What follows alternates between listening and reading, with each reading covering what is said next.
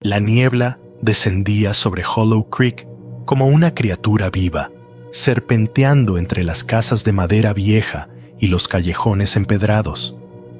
Cada año, cuando Halloween llegaba, el pueblo se transformaba.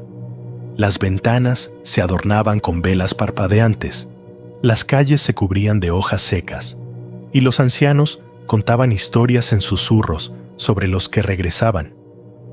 Pero este año había algo diferente en el aire, más pesado, más oscuro. En la plaza central, bajo la escultura erosionada de un ángel llorando, un grupo de adolescentes se había reunido, ignorando las advertencias de sus mayores. Entre ellos estaba Lucas, el carismático líder del grupo. De sonrisa fácil y mirada desafiante, había convencido a sus amigos de que este Halloween sería distinto. ¿De veras creen en esas historias de viejos?, rió Lucas, su voz resonando en la neblina. Vamos, esta noche vamos a hacer algo épico. A su lado, Emma cruzaba los brazos, inquieta. Aunque intentaba mostrarse escéptica, una parte de ella sentía que desafiar las tradiciones del pueblo era tentar al destino. Su abuela había sido una de las guardianas de la ceremonia ancestral y había crecido escuchando advertencias que ahora resonaban con fuerza en su memoria. «Hay cosas que no se deben tocar», murmuró Emma, pero Lucas ya había empezado a repartir velas negras y hojas de pergamino antiguo. A un lado, Tomás, un muchacho de ojos hundidos y expresión sombría, observaba en silencio. Nadie sabía que Tomás ocultaba un secreto. Su familia estaba maldita desde hacía generaciones, ligada al cementerio de Hollow Creek de una forma que ni él mismo terminaba de entender. El plan era simple: adentrarse en el cementerio antes de la medianoche y realizar el rito de la llama vaciada. Un ritual prohibido que, según las leyendas, abriría un portal para hablar con los muertos. La niebla se espesaba, envolviéndolos como un sudario. Desde la distancia, ocultos tras ventanas empañadas, los ancianos del pueblo observaban, impotentes. Sabían que nada bueno saldría de aquella noche. Pero en Hollow Creek, los muertos no olvidaban. A medianoche se acercaba, y el grupo caminaba en silencio por el sendero de tierra que conducía al cementerio viejo. Sus linternas apenas lograban penetrar la niebla, y cada crujido bajo sus pies sonaba como un disparo en la oscuridad. Lucas lideraba, sosteniendo en alto una linterna de gas y una sonrisa arrogante. «Solo tenemos que seguir las instrucciones», dijo. «Dibujar el círculo, encender las velas, recitar las palabras del pergamino, y listo». Emma miraba a su alrededor, inquieta. Las lápidas antiguas emergían de la niebla como dientes rotos, y una brisa helada parecía susurrarle al oído advertencias que prefería no escuchar. «Esto no está bien, Lucas», dijo finalmente. «Mi abuela decía que el rito de la llama vaciada no era un juego, era una advertencia». Lucas soltó una carcajada. «¿Una advertencia para mantener a los niños obedientes? Por favor, Emma, esta es nuestra oportunidad de hacer historia». Tomás seguía en silencio. Cada paso que daba parecía pesarle más. Su corazón latía con fuerza en sus oídos, y la sensación de ser observado crecía con cada metro que avanzaban. Llegaron a la explanada central del cementerio, donde una enorme lápida partida en dos marcaba el lugar donde, según las leyendas, se había sellado el portal hacía siglos. Lucas se agachó y comenzó a trazar el círculo con tiza blanca, mientras los demás colocaban las velas negras en las posiciones indicadas. Cuando todo estuvo listo, Lucas desdobló el pergamino y empezó a leer en voz alta las palabras antiguas, su voz temblando ligeramente al principio. pero ganando confianza con cada frase. El viento se detuvo. La niebla se cerró a su alrededor como un muro. Un estremecimiento recorrió el suelo bajo sus pies. Emma apretó los puños, resistiendo la urgencia de interrumpir el ritual. Tomás, en cambio, no pudo evitar retroceder un paso, sus ojos muy abiertos, recordando las advertencias susurradas por su madre en noches como esa. Cuando Lucas terminó de recitar, un silencio sepulcral cayó sobre ellos. Por un instante no ocurrió nada, y entonces, desde las profundidades de la tierra, llegó un sonido, un susurro gutural, seguido por el crujido de madera vieja y piedra quebrándose. Los muertos habían escuchado su llamada. Al principio, pensaron que su imaginación les jugaba una mala pasada, pero el suelo bajo sus pies vibraba de verdad, y el aire había adquirido un hedor nauseabundo, como a tierra removida y carne podrida. ¿Qué fue eso?, preguntó Emma en voz baja, mirando a su alrededor, su linterna temblando en su mano. Antes de que alguien pudiera responder, una de las lápidas más cercanas se agrietó con un crujido agudo. De la fisura emergió una mano huesuda, cubierta de barro y fragmentos de tela podrida. Tomás retrocedió horrorizado. No era un cuento, gimió. Del suelo comenzaron a emerger figuras, torpes y deformadas. Sus rostros eran máscaras de desesperación, sus bocas abiertas en silenciosos gritos. No eran fantasmas etéreos como en las historias, eran cuerpos físicos, arrastrándose hacia la superficie con movimientos espasmódicos. Lucas, por primera vez, perdió la sonrisa. ¡Corran!, gritó. El grupo se dispersó en pánico, esquivando las manos que intentaban atraparlos desde la tierra.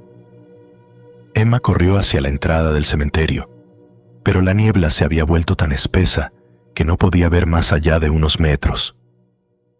Gritos desgarradores resonaban en todas direcciones. Tomás tropezó y cayó de bruces junto a una tumba abierta. Dentro, los ojos vacíos de un cadáver recién despertado lo observaban. Una voz antigua y quebrada susurró su nombre. Tomás. Con un grito ahogado, se puso de pie y corrió, sabiendo que no escaparían fácilmente de lo que habían liberado. Mientras tanto, en lo profundo del cementerio, algo mucho peor que simples muertos comenzaba a despertar. Algo que llevaba siglos esperando. Y su hambre era infinita. Emma corría a ciegas, su respiración entrecortada, mezclándose con la niebla densa. Detrás de ella, los sonidos guturales de los muertos resonaban, cada vez más cerca. Logró alcanzar a Lucas, que intentaba orientarse en el caos. «Debemos reagruparnos», gritó Emma. Lucas asintió, su rostro desencajado.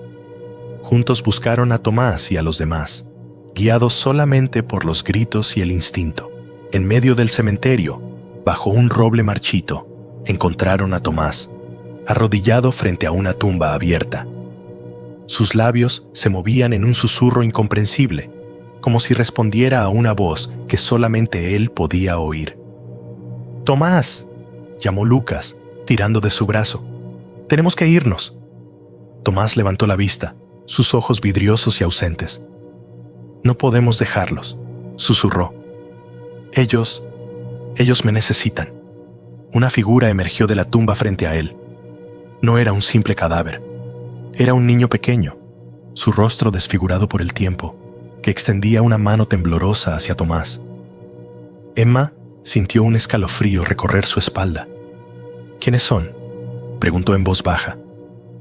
Tomás se apartó lentamente, como si despertara de un trance.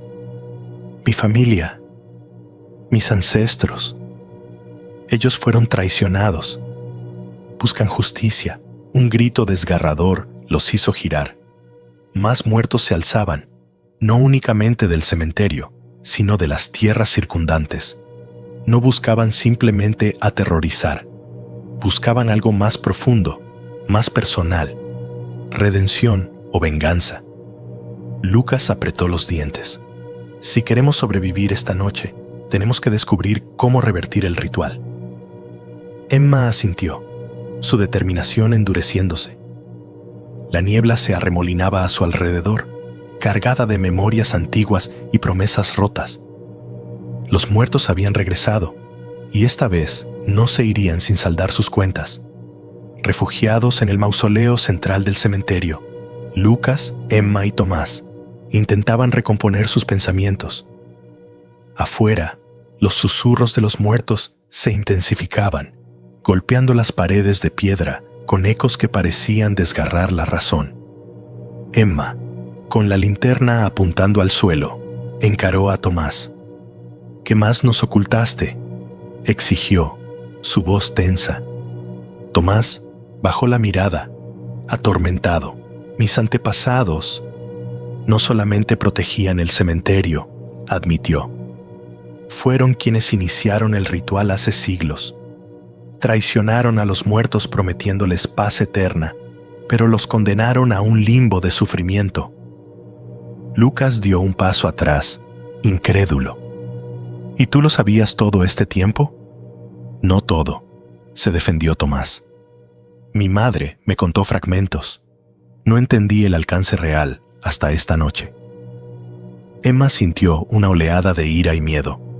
Estaban atrapados en medio de una guerra ancestral, víctimas de una culpa heredada. «¿Cómo podemos revertirlo?», preguntó, apremiante. Tomás respiró hondo. «Debemos encontrar la tumba del primer traidor. Hay una reliquia enterrada con él, un amuleto que puede sellar de nuevo el portal. Pero no será fácil. Ellos protegerán ese lugar». Un golpe atronador sacudió el mausoleo y una grieta se abrió en la pared. «Nos han encontrado», susurró Lucas. Con renovado pánico, los tres se lanzaron a la oscuridad exterior, conscientes de que la única oportunidad de sobrevivir descansaba bajo tierra, custodiada por los mismos espíritus que habían traicionado. Y el reloj seguía avanzando hacia el amanecer, su única esperanza de redención. La noche se espesaba como alquitrán, mientras Lucas, Emma y Tomás corrían hacia la sección más antigua del cementerio. Las lápidas allí eran apenas piedras erosionadas cubiertas de musgo, marcadores de un tiempo que nadie recordaba. Los muertos los seguían, avanzando lenta pero inexorablemente, sus cuerpos deformes, susurrando promesas de venganza. Tomás lideraba la marcha, guiado más por el instinto que por el conocimiento. Se detuvo frente a una tumba medio derruida, donde un símbolo tallado en la roca apenas se distinguía bajo la suciedad. Un círculo roto, atravesado por una espada. «Aquí es», jadeó. Lucas y Emma, sin perder tiempo, comenzaron a apartar la tierra y las piedras sueltas. De repente, un chillido inhumano rasgó el aire, y una figura más grande que cualquier otra surgió de la niebla. Era un espíritu diferente, no un muerto común, sino el guardián del portal, una abominación de huesos, cenizas y odio puro. «Protegedme mientras abro la tumba», gritó Tomás. Lucas se interpuso entre la criatura y Tomás, blandiendo una estaca improvisada. Emma, recordando las historias de su abuela, comenzó a recitar antiguos rezos de protección, su voz firme, a pesar del terror que la consumía. El guardián embistió, derribando a Lucas contra una lápida.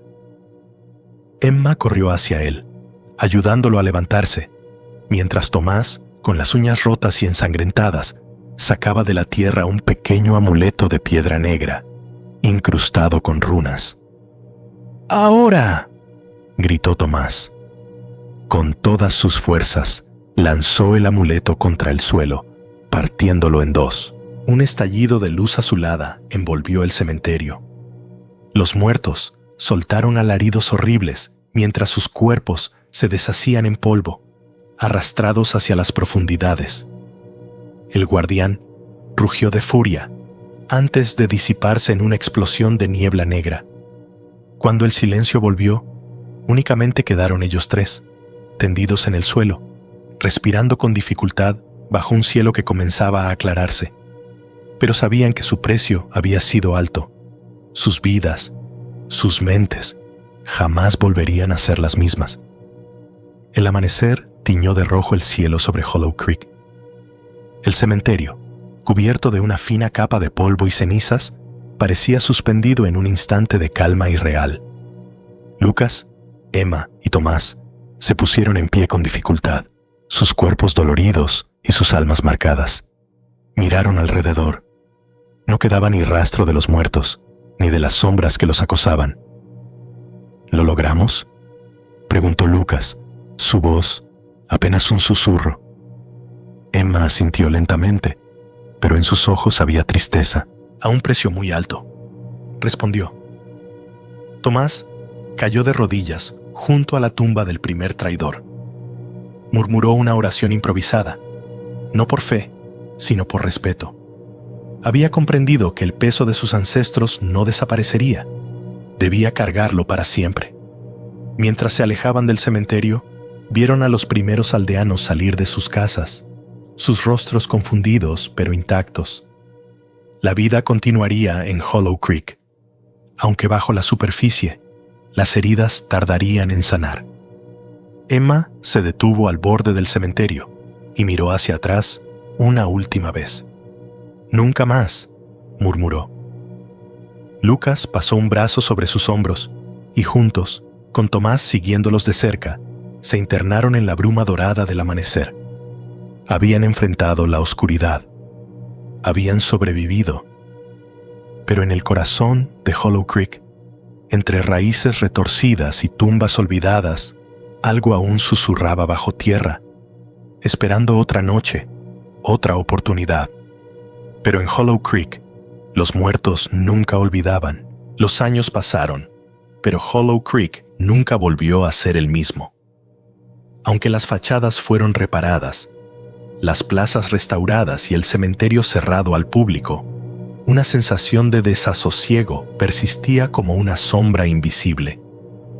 Los ancianos del pueblo susurraban sobre aquella noche maldita, y los padres advertían a sus hijos que no se acercaran al cementerio, especialmente cuando la niebla era espesa. Lucas, Emma y Tomás siguieron sus vidas, pero no sin cicatrices.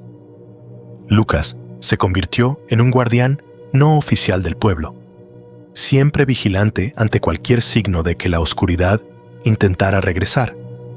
Emma dedicó su existencia a preservar las tradiciones, enseñando a las nuevas generaciones el respeto por los muertos. Tomás, marcado por la culpa y la redención, eligió una vida de aislamiento, protegiendo en silencio a Hollow Creek desde las sombras. En las noches más frías, cuando la niebla volvía a abrazar las calles como un susurro del pasado, algunos aseguraban escuchar voces apagadas llamando desde el cementerio. Otros, más sensibles, juraban ver figuras difusas moviéndose entre las tumbas, porque en Hollow Creek, aunque el portal fue cerrado, el eco de los muertos seguía vivo, esperando, recordando, nunca olvidando.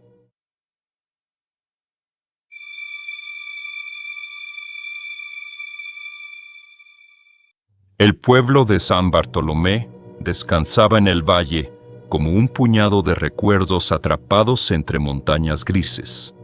La niebla, siempre presente, lamía las calles empedradas, cubría los tejados de las casas de madera vieja y devoraba los árboles de los huertos. Era una niebla pesada, densa como la culpa, que no solo ocultaba los caminos, también los susurros, los secretos y los temores. La gente vivía como había vivido siempre, trabajos duros, días cortos, noches largas. No había prisa, no había futuro, solo el presente inmediato, hecho de cosechas, oraciones y supersticiones. Cada casa tenía una cruz de madera colgada cerca de la puerta, Cada ventana mostraba al menos una vela encendida cuando el sol se apagaba.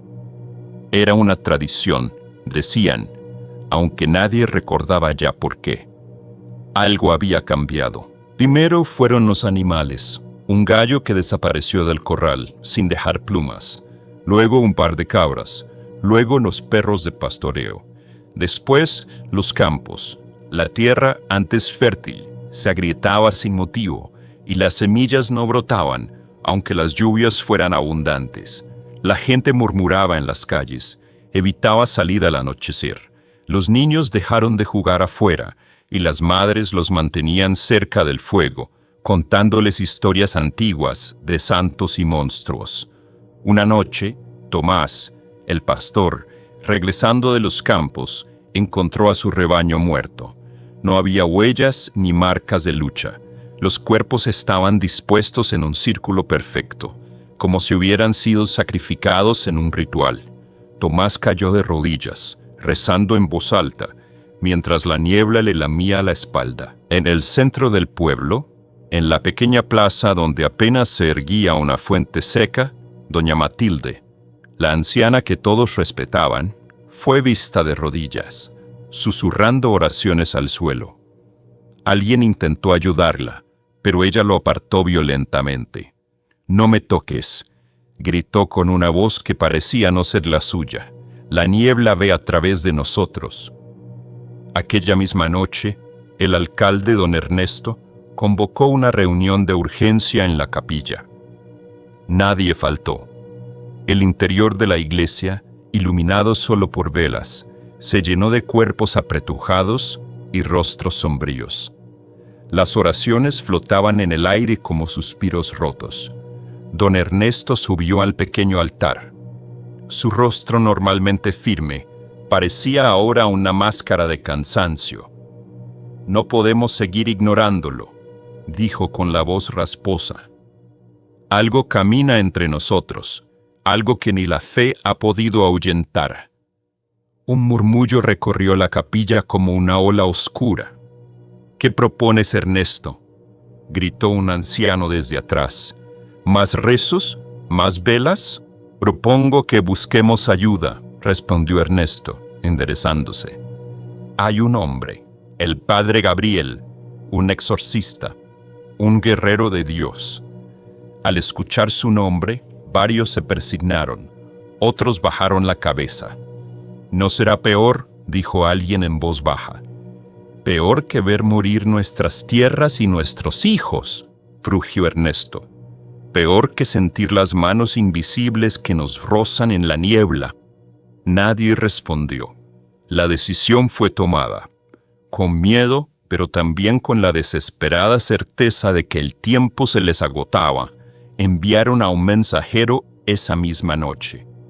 Mientras la campana de la capilla resonaba en el aire frío, Clara despertaba sudando en su pequeña habitación, con el grito de algo inhumano aún resonando en sus oídos.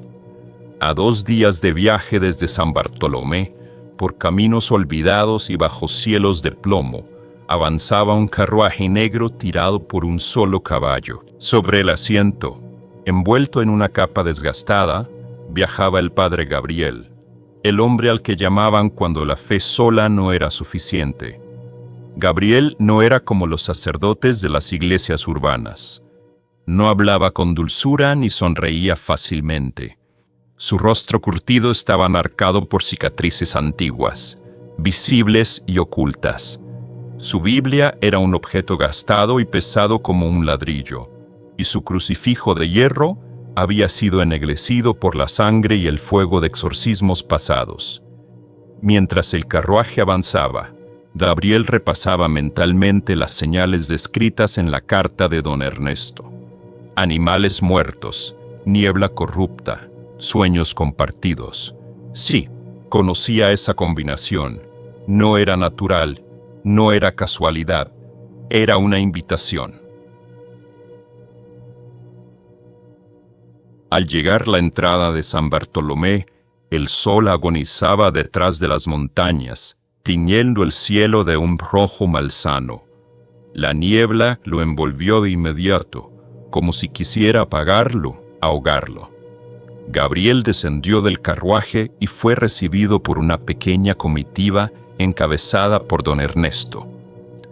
«Padre Gabriel», saludó el alcalde, inclinando ligeramente la cabeza. «Gracias por venir». Gabriel los miró uno por uno. Rostros demacrados, ojos vacíos, niños escondiéndose detrás de las faldas de sus madres. El mal ya había echado raíces. «Muéstrenme», ordenó simplemente.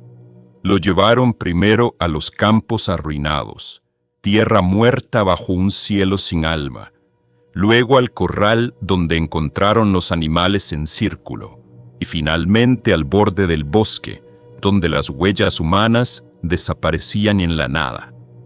Gabriel recogió un puñado de tierra y la dejó caer entre sus dedos. El suelo susurraba, no con palabras, sino con presencias. «Esto es antiguo», murmuró para sí mismo. «Más viejo que esta tierra, más hambriento». Los aldeanos lo observaron trabajar en silencio, clavando estacas de madera bendecida en la tierra, dejando cruces improvisadas en los caminos. Cuando terminó, se dirigió a la capilla. Allí, ante el altar, Gabriel abrió su Biblia, no para rezar, sino para consultar las marcas que había dejado a lo largo de los años, símbolos, hechizos de protección, rituales de cierre. Sabía que no estaba solo. En las sombras de la iglesia, la oscuridad se arremolinaba como humo invisible. Sentía su mirada, su burla silenciosa. Gabriel encendió un círculo de velas, sacó su crucifijo y una pequeña botella de agua bendita. El primer enfrentamiento era siempre silencioso, una declaración de guerra. Recitó las primeras oraciones de exorcismo, no contra una posesión, sino contra la corrupción misma del lugar. La capilla crujió. La niebla golpeó los vitrales como olas invisibles. Una sombra se deslizó entre los bancos, pero Gabriel no titubeó. Cuando terminó, la capilla estaba bañada en una luz extraña, no brillante, pero firme. Una señal de que por el momento la fe había ganado un pequeño respiro. Esa misma noche, mientras revisaba sus notas a la luz de las velas, alguien golpeó la puerta. Era Clara. Su rostro, pálido y desesperado, iluminado apenas por la linterna que sostenía, era el reflejo vivo del terror. «Padre», susurró, «tengo que contarle algo sobre el bosque y sobre mí». Gabriel le hizo un gesto para entrar, y juntos se sentaron en los bancos delanteros. Clara habló entre lágrimas, entrecortada, confesando los sueños, el colgante ardiente, la sensación de ser observada desde dentro de su propia mente. Mientras escuchaba, Gabriel sintió que las piezas encajaban de la manera más oscura posible. Clara no era solo una víctima, era el nexo. «Tu sangre», dijo Gabriel, cerrando su Biblia de golpe, «tu sangre es la llave». En el exterior, la niebla se arremolinaba de manera antinatural. La batalla no había hecho más que comenzar. La casa donde Clara había pasado su infancia parecía distinta esa tarde, más fría, más pequeña, como si el propio tiempo hubiera empezado a corroerla desde dentro. Las ventanas cubiertas de polvo apenas dejaban pasar la luz grisácea del día. En las paredes colgaban retratos antiguos, rostros severos, ojos que parecían seguir cada movimiento. La madre de Clara, Elena, lo recibió con un gesto temeroso. «¿Estás segura de querer revolver el pasado?», le preguntó a su hija en voz baja.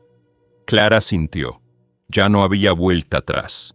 Guiada por un instinto más viejo que la razón, subió las escaleras hacia el desván. Gabriel la siguió, su crucifijo brillando bajo el tenue resplandor de su linterna. El desván era un cementerio de recuerdos, muñecas olvidadas, maletas rotas, baúles cerrados con candados oxidados. Pero Clara sabía a dónde debía ir.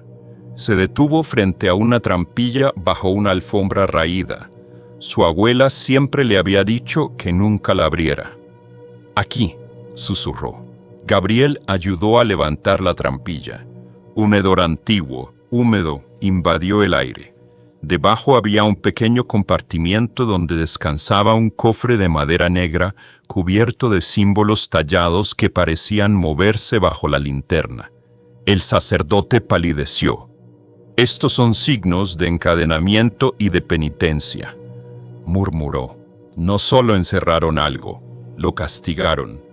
Clara se arrodilló junto al cofre. Su pulso martillaba en sus oídos. Extendió una mano temblorosa y al tocarlo, imágenes estallaron en su mente. Una noche de luna nueva. Hombres y mujeres del pueblo reunidos alrededor de un círculo de piedras. Un niño llorando. Cuchillos brillando bajo la luna. Un portal abierto en el aire, como una herida supurante. Clara se apartó jadeando. «¡Fue real!», gritó. «El pacto fue real». Gabriel apoyó una mano firme en su hombro, y su eco aún resuena a través de ti.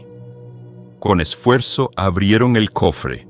Dentro encontraron un diario, una cadena rota y una piedra negra que parecía absorber la luz. Gabriel tomó el diario. Sus páginas, aunque antiguas, parecían recién escritas. En ellas se narraba el ritual original, el hambre, la desesperación, la decisión impensable de llamar a algo que prometía salvarlos a cambio de algo más valioso que la vida, la sangre de su descendencia. Clara temblaba.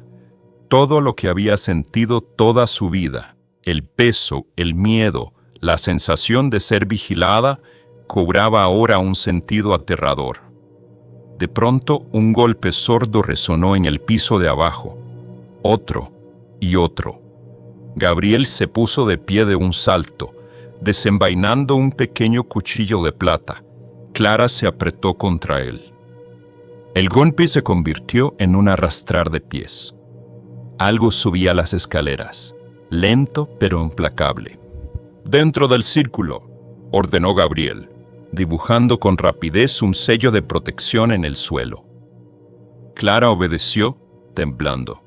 La puerta del desván se abrió de golpe, golpeando la pared. Una figura oscura se recortó contra el umbral. Alta, encorvada, con los brazos demasiado largos y la cabeza ladeada en un ángulo antinatural. Sus ojos brillaban como carbones encendidos. El corazón de Clara martillaba en su pecho. El colgante ardía contra su piel, como si luchara por protegerla. Gabriel levantó su crucifijo y empezó a recitar versos sagrados en voz alta. La criatura chilló, un sonido que no era de este mundo, y se lanzó contra ellos. Pero fue repelida por el círculo de luz como si hubiera chocado contra un muro invisible. La figura rugió, retorciéndose, antes de desvanecerse en la niebla que había comenzado a filtrarse por las grietas del techo. Cuando el silencio regresó, Clara cayó de rodillas, agotada. Gabriel se arrodilló a su lado. «Esto es solo el principio», dijo, su voz cargada de pesar. «Ellos vendrán por ti, Clara, porque tú eres la última pieza». Ella levantó la vista, lágrimas en sus ojos. «Entonces, no correré», susurró. «No esta vez». Gabriel le ofreció la mano. Clara la tomó, sellando una alianza que no era solo de fe, sino de supervivencia. El viento se había levantado esa noche, gimiendo entre las ramas secas como un coro de lamentos. San Bartolomé dormía, pero el bosque no. Tras el ataque en el desván, Gabriel y Clara sabían que no podían quedarse quietos. El diario encontrado en el cofre no solo contaba la historia del pacto, Hablaba de un lugar oculto en el bosque, donde se había realizado el ritual original. Un lugar donde las heridas del mundo seguían abiertas. «Debemos encontrarlo», dijo Gabriel mientras preparaba su bolso. Crucifijos, agua bendita, sal consagrada, el diario. «¿Esta noche?», preguntó Clara tragando saliva. Gabriel asintió. «Mientras más tardemos, más fuerte se hará». Armados apenas con linternas y su fe, se adentraron en el bosque. Cada paso que daban los alejaba de la seguridad del pueblo, hundiéndolos en una oscuridad tan densa que parecía respirar. La niebla se enroscaba alrededor de sus tobillos como dedos fríos. Las ramas crujían bajo sus pies. En el aire flotaba un olor a tierra mojada y a algo más. Algo rancio, podrido. «Aquí», susurró Clara de pronto, deteniéndose frente a un claro oculto por zarzas y maleza. Sus recuerdos la guiaban. O quizás era otra cosa. Gabriel, desconfiado, recitó una plegaria breve antes de avanzar. El claro estaba delimitado por un círculo de piedras negras cubiertas de musgo. En el centro, la tierra estaba resquebrajada como una vieja herida. Algo había sido enterrado allí, o algo intentaba salir. Clara, como en trance, se arrodilló y comenzó a remover la tierra. Sus dedos encontraron algo duro, un fragmento de piedra tallada con los mismos símbolos del cofre. Gabriel ayudó y pronto descubrieron una tapa de piedra, como la entrada a una tumba. «¿Estás segura?», preguntó él. Ella asintió, los ojos encendidos de una determinación nueva. Juntos empujaron la losa. Un aire fétido y caliente emergió, obligándolos a cubrirse la boca y la nariz. Bajo la losa había una escalera de piedra que descendía a las entrañas de la tierra. «Este es el umbral», murmuró Gabriel, «el corazón del pacto». Antes de que pudieran bajar, Clara se tambaleó, presa de una visión brutal.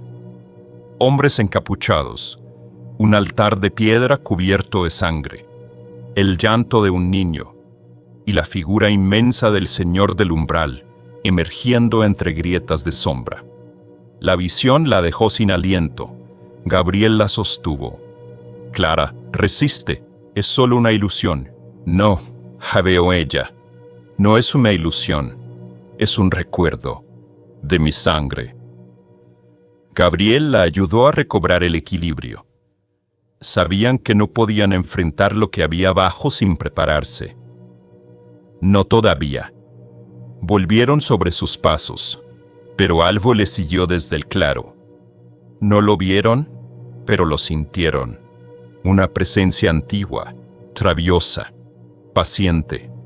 Cuando llegaron al borde del bosque, Clara se detuvo y miró hacia atrás.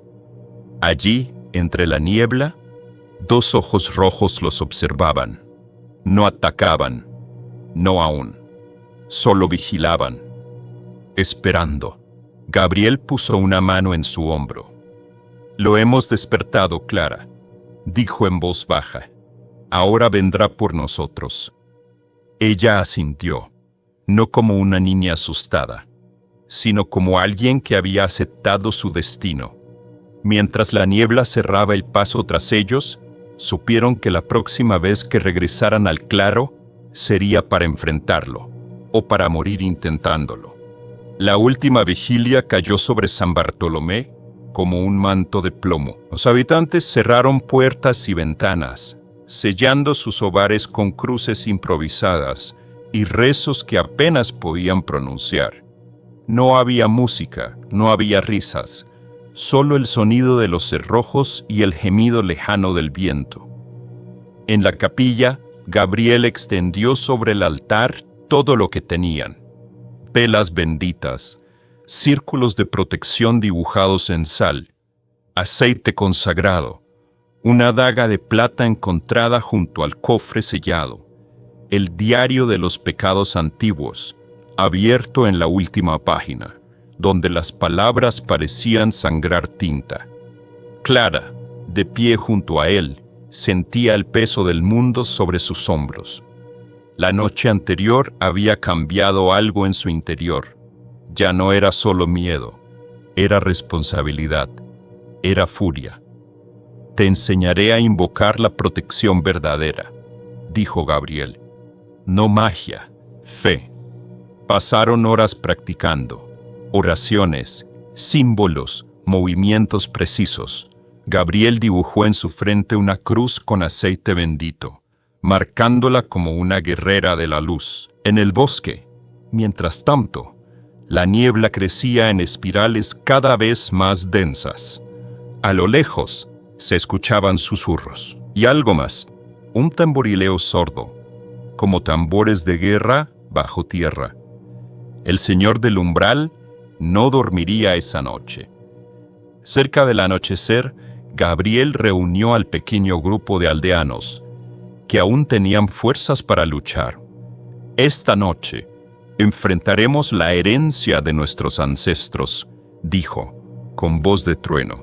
«No podemos vencer solos, pero si resistimos, si mostramos fe verdadera, puede que salvemos nuestras almas y este pueblo». Algunos lloraban en silencio, otros con rostros endurecidos asintieron. Clara notó que incluso en medio de su miedo, había una chispa de esperanza en sus ojos. Prepararon ofrendas, estacas de madera bendita, escudos improvisados con símbolos sagrados, pequeños amiletes hechos por las abuelas. La capilla se convirtió en un campo de entrenamiento improvisado. En privado, Gabriel enseñó a Clara una última lección, el canto de cierre, un rezo olvidado que solo podía ser recitado por quien tuviera sangre ligada al pacto original. ¿Si fallo?, preguntó Clara, con el colgante apretado en su puño. Gabriel la miró con gravedad. «No fallarás, no si recuerdas quién eres». Esa noche, cuando el reloj de la capilla marcó la medianoche, Clara se puso una túnica blanca, símbolo de pureza y sacrificio. Gabriel le entregó la daga de plata y el colgante. «Esto es tu escudo y tu espada». El pueblo se reunió silenciosamente en el atrio, formando un círculo. Rezaron juntos, como no lo habían hecho en generaciones. La niebla llegó primero, avanzando como un ejército silencioso. Después, comenzaron las distorsiones. Sombras caminando entre ellos. Voces de muertos llamando a los vivos. Susurros que prometían redención y condena. Gabriel bendijo al grupo entero. Luego tomó a Clara de la mano. «Es hora», dijo. Caminaron juntos hacia el bosque. La procesión avanzó como una línea de fuego tenue, las linternas temblando en la oscuridad viva. Cada paso era una traición al instinto de correr. Pero no podían correr. El mal no se apaga solo, se enfrenta, se arranca de raíz. Y esa noche, Clara sería la espada que decidiría el destino de todos. El bosque los recibió como una bestia viva. La niebla se cerraba a su alrededor, susurrando secretos antiguos, cubriendo el suelo con dedos invisibles que intentaban retenerlos. Clara caminaba al frente, el colgante ardiendo contra su pecho, la daga de plata en su cinturón. Gabriel la seguía, con su Biblia abierta y la voz firme en oración constante. El claro donde todo comenzó emergió de la oscuridad. Un círculo perfecto de tierra yerma, rodeado por piedras negras cubiertas de musgo. Allí el aire era diferente, más pesado, más viejo. La tierra misma parecía latir bajo sus pies. Gabriel roció los bordes del claro con agua bendita.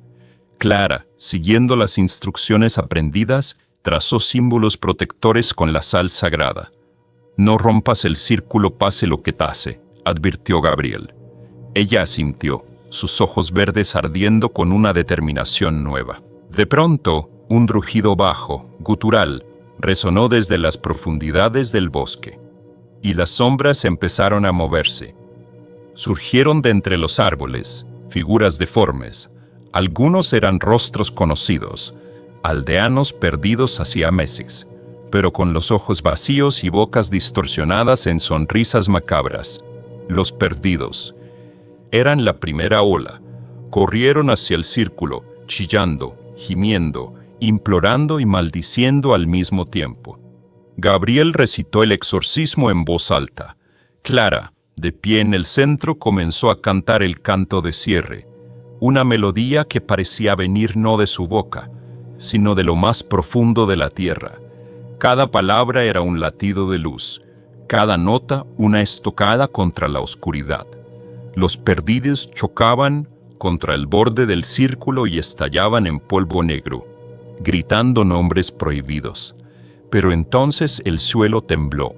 Del corazón del claro emergió una grieta, y de ella surgió una figura. Era una masa cambiante de oscuridad líquida, con formas de alas, garras y rostros humanos que lloraban y reían al mismo tiempo.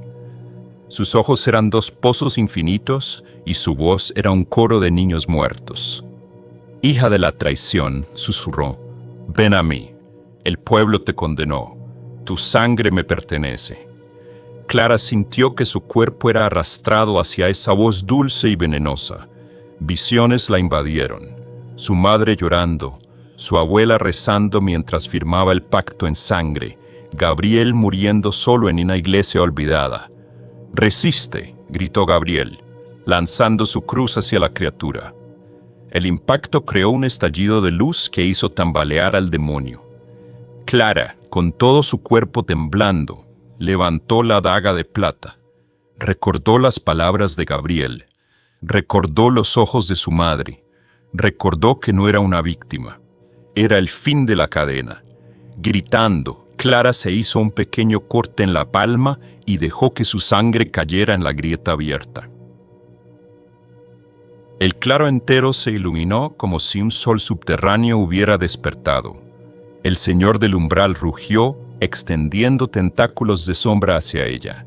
Gabriel saltó frente a Clara, protegiéndola mientras recitaba las palabras finales del exorcismo. Clara cayó de rodillas, clavando la daga en el centro del círculo. Un segundo de silencio absoluto. Y luego el mundo estalló. La luz devoró la oscuridad como fuego sobre pergamino. Los perdidos gritaron una última vez antes de disolverse en cenizas. El cuerpo del señor del umbral se fragmentó en 1000 pedazos de sombra que se quemaron en el aire. La grieta se cerró con un estruendo sordo, como el latido final de un corazón condenado. Gabriel cayó de rodillas, exhausto. Clara, cubierta de polvo y sangre, se puso de pie tambaleándose. En el bosque, el viento cambió. La niebla se dispersó. Por primera vez en generaciones, las estrellas brillaron sobre San Bartolomé. Clara miró sus manos manchadas de sangre y ceniza. Había roto el ciclo. Había salvado a su pueblo. Pero una parte de ella sabía que el precio seguiría latiendo en su sangre por siempre. Gabriel se acercó y puso una mano en su hombro. «No has fallado», dijo con una sonrisa cansada. Clara cerró los ojos y por un momento sintió paz. El amanecer sobre San Bartolomé fue pálido, pero real. Por primera vez en meses, el cielo no era una losa de nubes, sino un velo de azul tímido y frágil. Los leones salieron lentamente de sus casas, como animales que olfatean el aire tras una tormenta. Había lágrimas, había abrazos, había silencio. La plaza, la fuente seca, los caminos rotos, todo seguía allí, pero algo invisible había cambiado. Una herida había sido cerrada. En la capilla, el padre Gabriel vendaba sus heridas en silencio. Cada movimiento era doloroso, pero el dolor era bienvenido. Era prueba de que seguía luchando, respirando, creyendo. Clara se sentó en uno de los bancos de madera, el colgante de plata ahora apagado colgando de su cuello. Su mirada no era la de una niña, era la mirada de alguien que había visto el abismo y había regresado. ¿Está de verdad terminado?, preguntó en voz baja. Gabriel sonrió débilmente, cansado. Por ahora, respondió. El mal nunca muere, solo duerme. Clara asintió. Ya lo sabía. En los días siguientes ayudó a reconstruir el pueblo. Cada casa reparada, cada campo resembrado, era un pequeño acto de fe. El nombre del Señor del umbral no volvió a pronunciarse. El círculo de piedras en el bosque fue sellado bajo capas de sal y oración. Gabriel, una mañana, se despidió en silencio. Montó su viejo caballo y partió hacia el horizonte, hacia otros pueblos, otras batallas invisibles. Antes de irse dejó una nota para Clara, escrita con mano firme. La oscuridad siempre regresa, pero mientras haya uno solo que recuerde la luz, jamás vencerá. Gabriel. Clara guardó esa nota junto al diario de su familia. Sabía que su papel no había terminado. Se convirtió en la nueva protectora de San Bartolomé, la vigía silenciosa en las noches de niebla, la heredera del sacrificio y de la esperanza. Los años pasaron, los niños volvieron a reír en las calles. La fuente volvió a brotar agua clara, pero en las noches más frías, cuando la niebla bajaba espesa desde el bosque, algunos aún decían ver sombras moviéndose entre los árboles. Y algunos aseguraban escuchar, en el viento, un susurro que no era del todo humano. Porque el mal no muere, solo duerme, solo espera. Y en lo profundo de la tierra, el ritual de la oscuridad sigue latiendo, muy, muy despacio.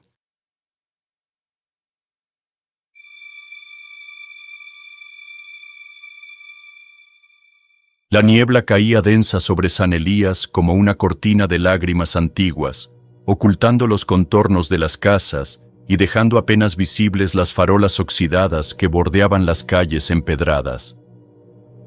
Cada piedra, cada árbol retorcido, parecía susurrar secretos a quien osara escuchar. Aquella noche, el viento arrastraba un aroma a tierra mojada y algo más, un deje fétido, casi imperceptible, que helaba la sangre.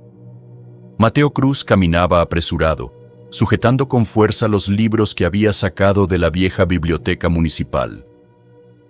Sus pasos resonaban en la soledad del anochecer, acompañados por el crujido de ramas que parecían quebrarse bajo pisadas invisibles.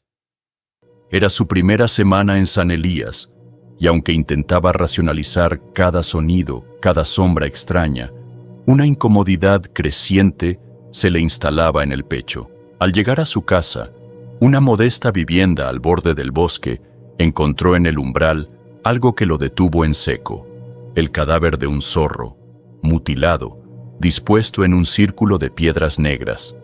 Sobre su pelaje sangrante había símbolos dibujados con un pigmento oscuro, torcidos y ajenos a toda razón que Mateo conociera. ¿Qué diablos?, susurró tragando saliva. Esa misma noche, Mateo llamó a sus dos únicos amigos en el pueblo, Elena Morales y Javier Salinas. Elena, de cabello oscuro y mirada ausente, había vivido toda su vida en San Elías, aunque poco hablaba de su pasado.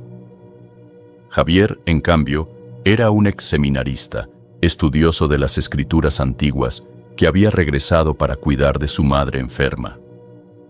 Cuando llegaron, Elena se arrodilló junto al zorro muerto, sus dedos temblando levemente al rozar los símbolos. «Esto no es algo de ahora», murmuró, evitando la mirada de Mateo. «Esto ya pasó antes». Mateo frunció el ceño. «No puede ser. Tiene que haber una explicación. Algún bromista enfermo, algún rito pagano de adolescentes». Javier, en cambio, se acercó con el ceño fruncido y el rostro pálido. No son bromistas, son advertencias. Aquella noche, mientras la niebla se espesaba y las luces de las casas se apagaban una a una, los tres amigos se reunieron en la cocina de Mateo. Encima de la mesa, extendieron libros viejos y notas sueltas. Javier hojeó un volumen polvoriento de simbolismo religioso. «Esto», dijo, señalando un dibujo casi idéntico al encontrado sobre el animal, «es un sigilo de destierro. Se usaba para sellar entidades caídas». Mateo soltó una carcajada nerviosa. «Vamos, Javier, no creerás en esas cosas». «Creo en lo que veo», replicó Javier en tono grave, «y esto es solo el principio». Desde el bosque, a lo lejos, llegó el sonido de algo quebrándose. No era el crujido natural de ramas bajo el viento, sino algo más pesado, algo que caminaba. Elena cerró la ventana apresuradamente. Mateo intentó reír de nuevo, pero el sonido murió en su garganta. San Elías susurraba. Y ellos, sin saberlo, acababan de escuchar la primera llamada. Al amanecer, el pueblo de San Elías parecía haber olvidado los horrores de la noche anterior.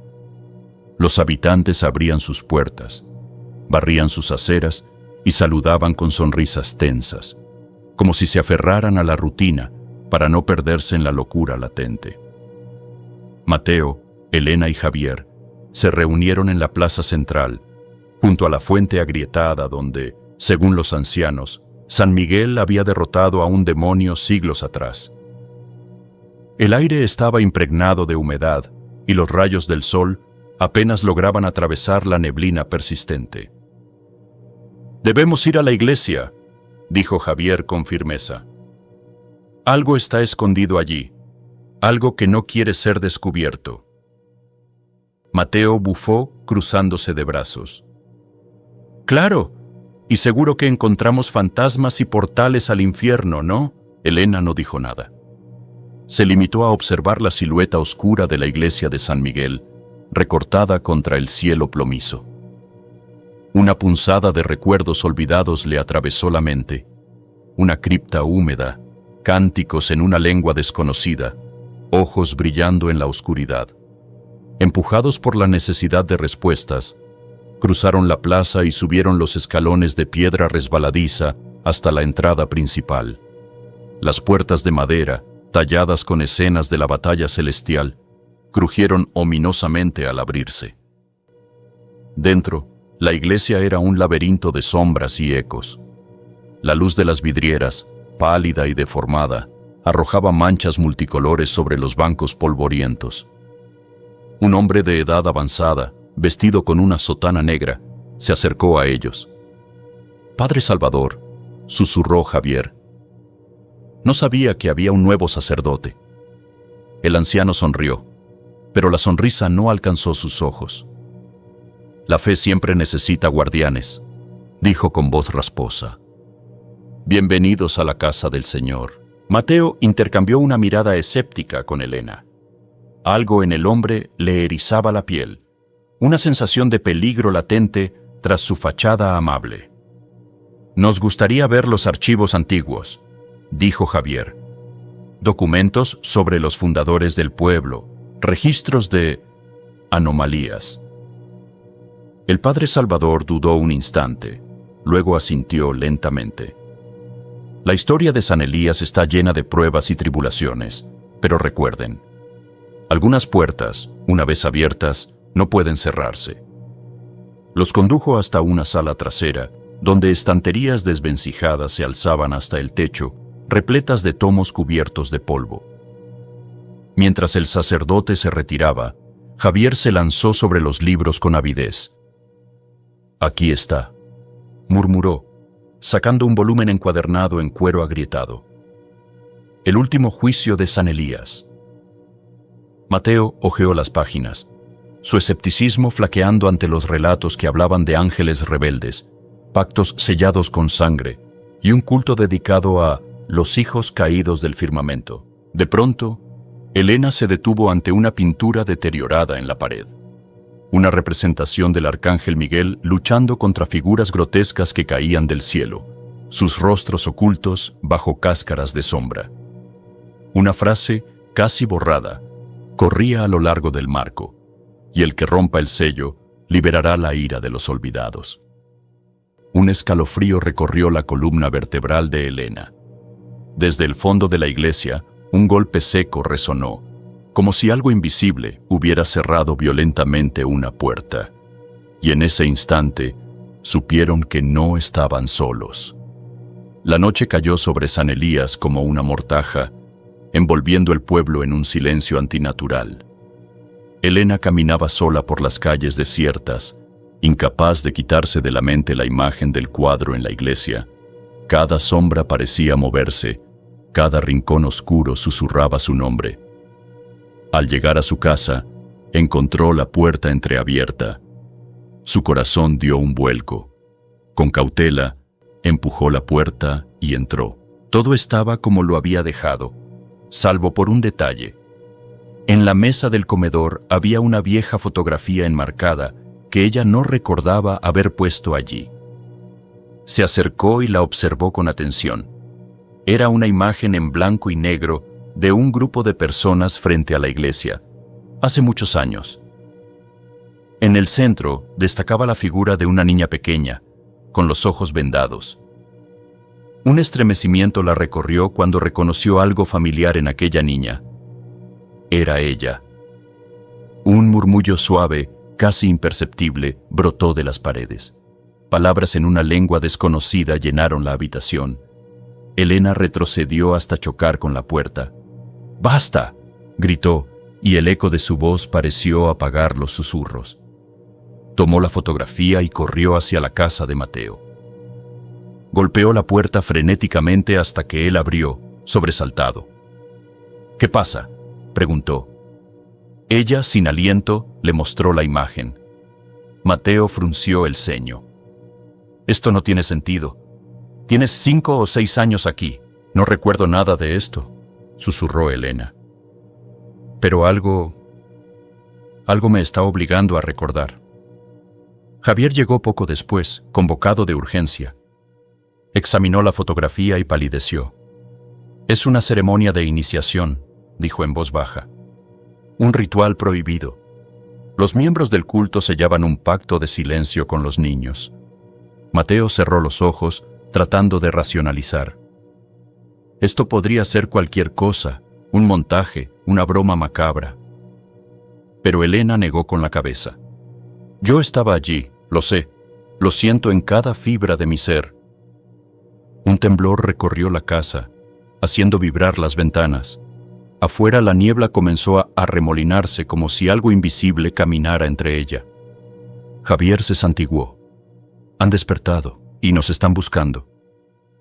Desde la espesura de la niebla, 3 figuras encapuchadas observaban la casa, inmóviles como estatuas, y aunque sus rostros estaban ocultos, todos sabían que sonreían. La mañana siguiente amaneció gris y pesada, como si el cielo mismo advirtiera del mal que se gestaba.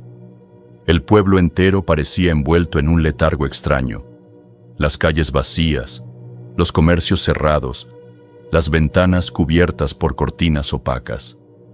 Mateo, Elena y Javier se reunieron una vez más, esta vez en el café abandonado frente a la plaza.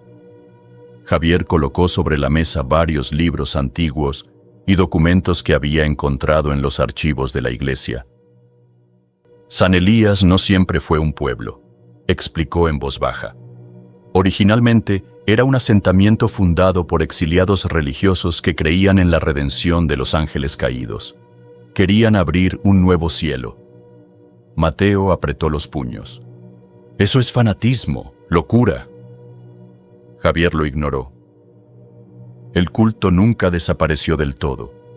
Se ocultó en las sombras, esperando el momento propicio para actuar. Elena, mientras tanto, miraba por la ventana. Observaba a los aldeanos, ahora transformados, sus rostros inexpresivos, sus pasos sincronizados, susurros incomprensibles que parecían flotar en el aire. «Mira sus ojos», murmuró. «No están aquí». Un estremecimiento recorrió a los 3. comprendieron que el culto había comenzado a apoderarse de las mentes y los cuerpos de los habitantes. Esa misma noche, bajo el amparo de la niebla perpetua, vieron a decenas de figuras encapuchadas marchando en procesión hacia la iglesia. Cantaban en una lengua olvidada, sus voces entrelazándose en una melodía sombría que hacía vibrar el aire mismo. Mateo sintió un miedo primitivo, algo que ni su escepticismo ni su lógica podían apaciguar.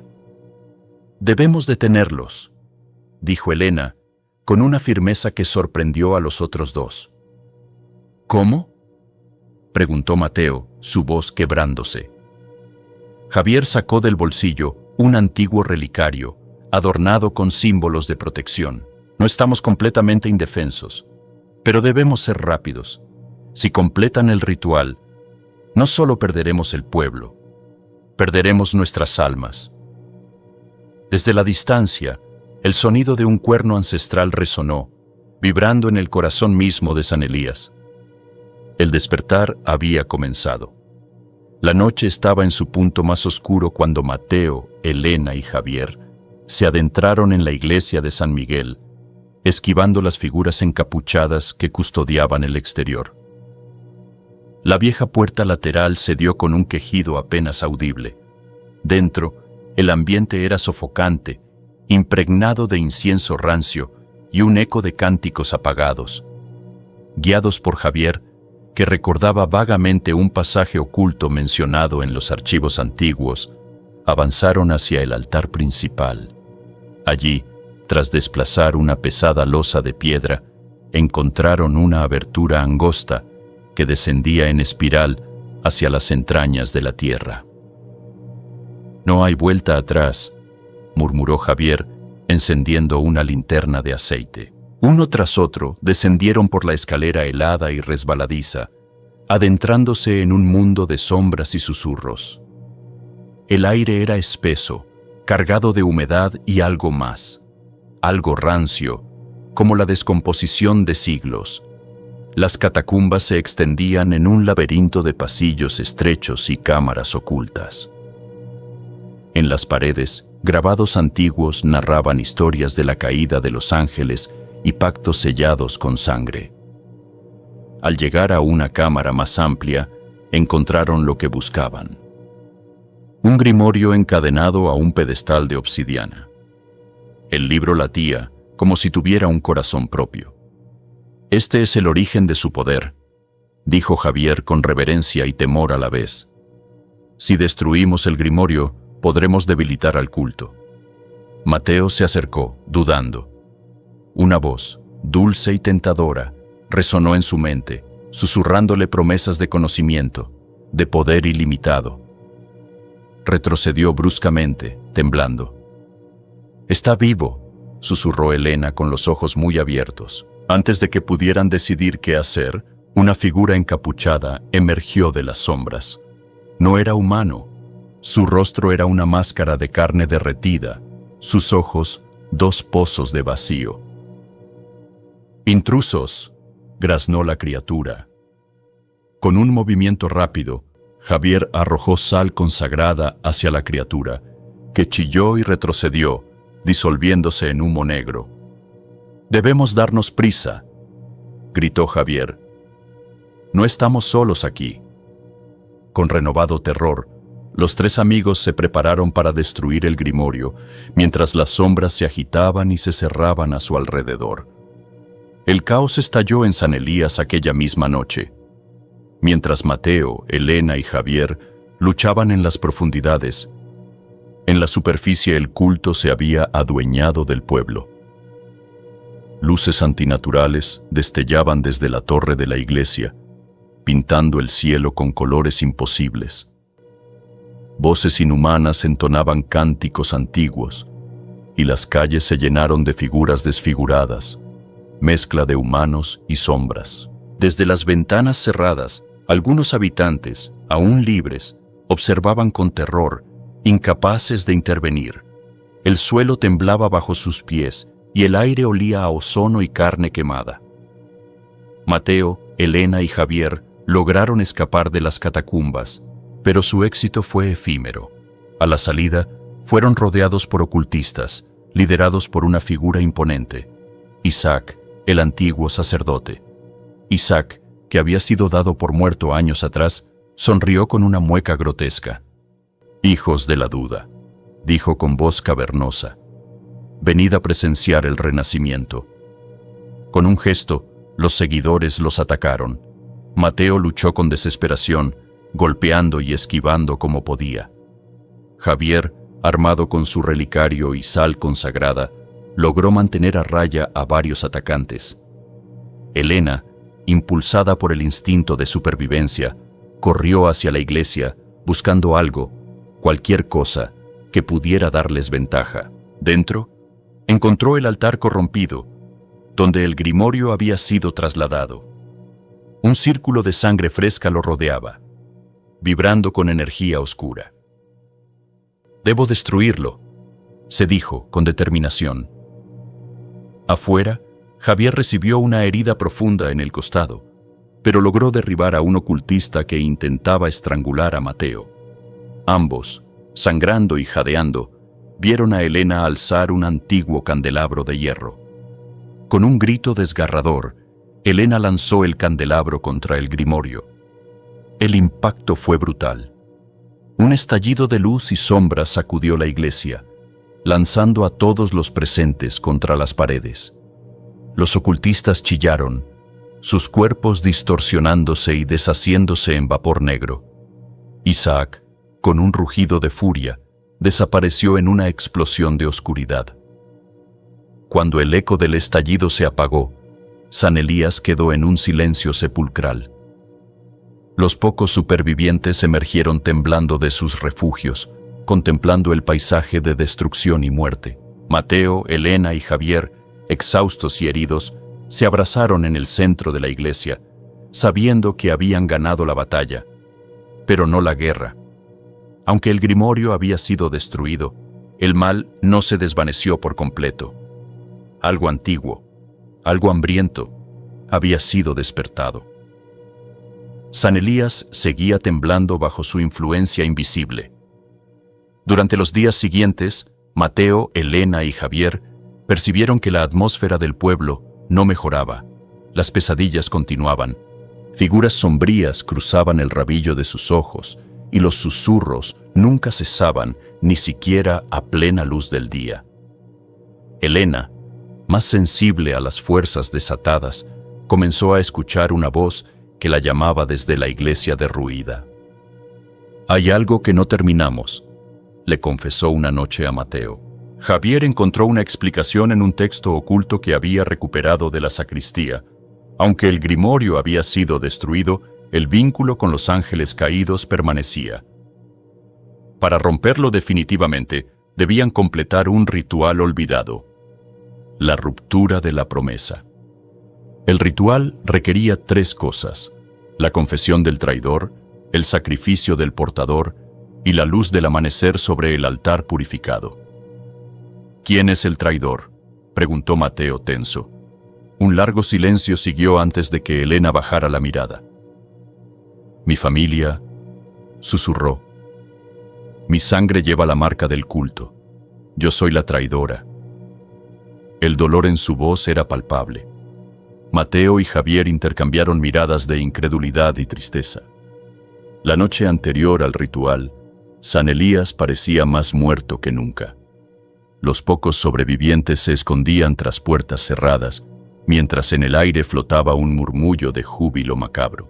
A la hora indicada, los 3 se dirigieron a la iglesia en ruinas. Javier, con manos temblorosas, delineó el círculo de protección en el suelo, mientras Mateo sostenía la reliquia sagrada. Elena, de pie en el centro, comenzó la confesión. Sus palabras, arrancadas de su alma, resonaron en las paredes desmoronadas. Cuando terminó, el suelo tembló y una grieta se abrió bajo el altar. De ella emergieron sombras amorfas, figuras deformes que intentaban impedir la culminación del ritual. Mateo y Javier lucharon desesperadamente, usando todo su conocimiento y fe para contenerlas. Con un último esfuerzo, Elena alzó el relicario y lo aplastó contra el suelo, liberando una explosión de luz que cegó a todos por un instante. Cuando la luz se disipó, las sombras habían desaparecido. El primer rayo de sol atravesó el techo derruido y cayó directamente sobre Elena, que yacía arrodillada, exhausta pero viva. El vínculo había sido roto. San Elías, por fin, respiraba libre. El sol ascendía lentamente, derramando su luz dorada sobre el devastado paisaje de San Elías. La niebla, por fin, comenzaba a disiparse, revelando casas derruidas, calles vacías y una iglesia en ruinas que parecía resistir, como último vestigio de una batalla olvidada. Mateo, Elena y Javier caminaron juntos por la plaza central. Cada paso resonaba como un eco en un pueblo que había sido testigo del horror y la redención. Aunque sus cuerpos estaban magullados y sus almas desgarradas, sabían que habían cumplido con su deber. Los pocos habitantes que quedaban salieron tímidamente de sus refugios. Sus rostros reflejaban miedo, pero también esperanza. El mal había sido contenido, al menos por ahora. Javier, apoyado en un bastón improvisado debido a su herida, miró la iglesia con tristeza. Todo lo que fue sagrado aquí debe ser purificado, dijo. La fe debe renacer libre de oscuridad. Mateo observaba en silencio. Lo que había presenciado había quebrado su escepticismo, pero también había reforzado su deseo de proteger lo que amaba. Sabía que nunca podría volver a ver el mundo con los mismos ojos. Elena, por su parte, sentía una calma extraña. Había enfrentado su herencia, sus temores, y había elegido el bien. Aunque las cicatrices nunca desaparecerían, se sentía libre. Al llegar a la fuente central, donde una vez se dijo que San Miguel derrotó al demonio, los tres se detuvieron. Javier, con manos temblorosas, depositó el relicario roto en el agua. Una luz suave emergió del fondo, como una bendición silenciosa. «No olvidemos lo que ocurrió aquí», murmuró Elena. Mateo asintió. «Ni lo que podría volver a ocurrir si bajamos la guardia». San Elías comenzaba su lento renacimiento, pero en las sombras más profundas de la tierra, algo aún susurraba, esperando otro descuido, otro acto de arrogancia humana, porque algunos ángeles, aunque caídos, nunca dejan de intentar volar. Lo que queda en la niebla, años después, San Elías había cambiado de rostro. Nuevas generaciones crecían entre las ruinas restauradas, ignorantes de la oscuridad que alguna vez amenazó con devorarlo todo. Las calles fueron reconstruidas, la iglesia fue convertida en un museo de historia local, y los horrores de aquel tiempo pasaron a ser susurros de ancianos que pocos creían. Mateo, ahora convertido en un hombre de mirada grave y silenciosa, dirigía la escuela del pueblo, enseñando a los niños sobre la importancia de la verdad, la fe y el escepticismo bien fundado. Javier, aunque su salud nunca se recuperó del todo, se convirtió en el historiador de San Elías, guardián de los secretos que solo compartía con quienes se ganaban su confianza. Elena, tras años de luchar con sus propios demonios, encontró su propósito como protectora silenciosa del pueblo. Caminaba cada noche por las calles, sus pasos firmes, pero discretos, siempre alerta, siempre vigilante. Pero en algunas noches de niebla espesa, cuando el viento arrastraba murmullos en lenguas olvidadas y las sombras parecían demasiado densas para ser solo sombras, los más viejos recordaban. Recordaban que no todo puede ser sellado para siempre, y que, en el rincón más profundo de la tierra, los ángeles caídos aún soñaban con su regreso.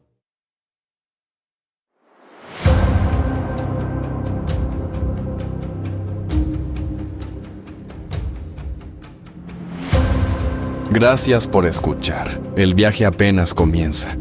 Hasta la próxima.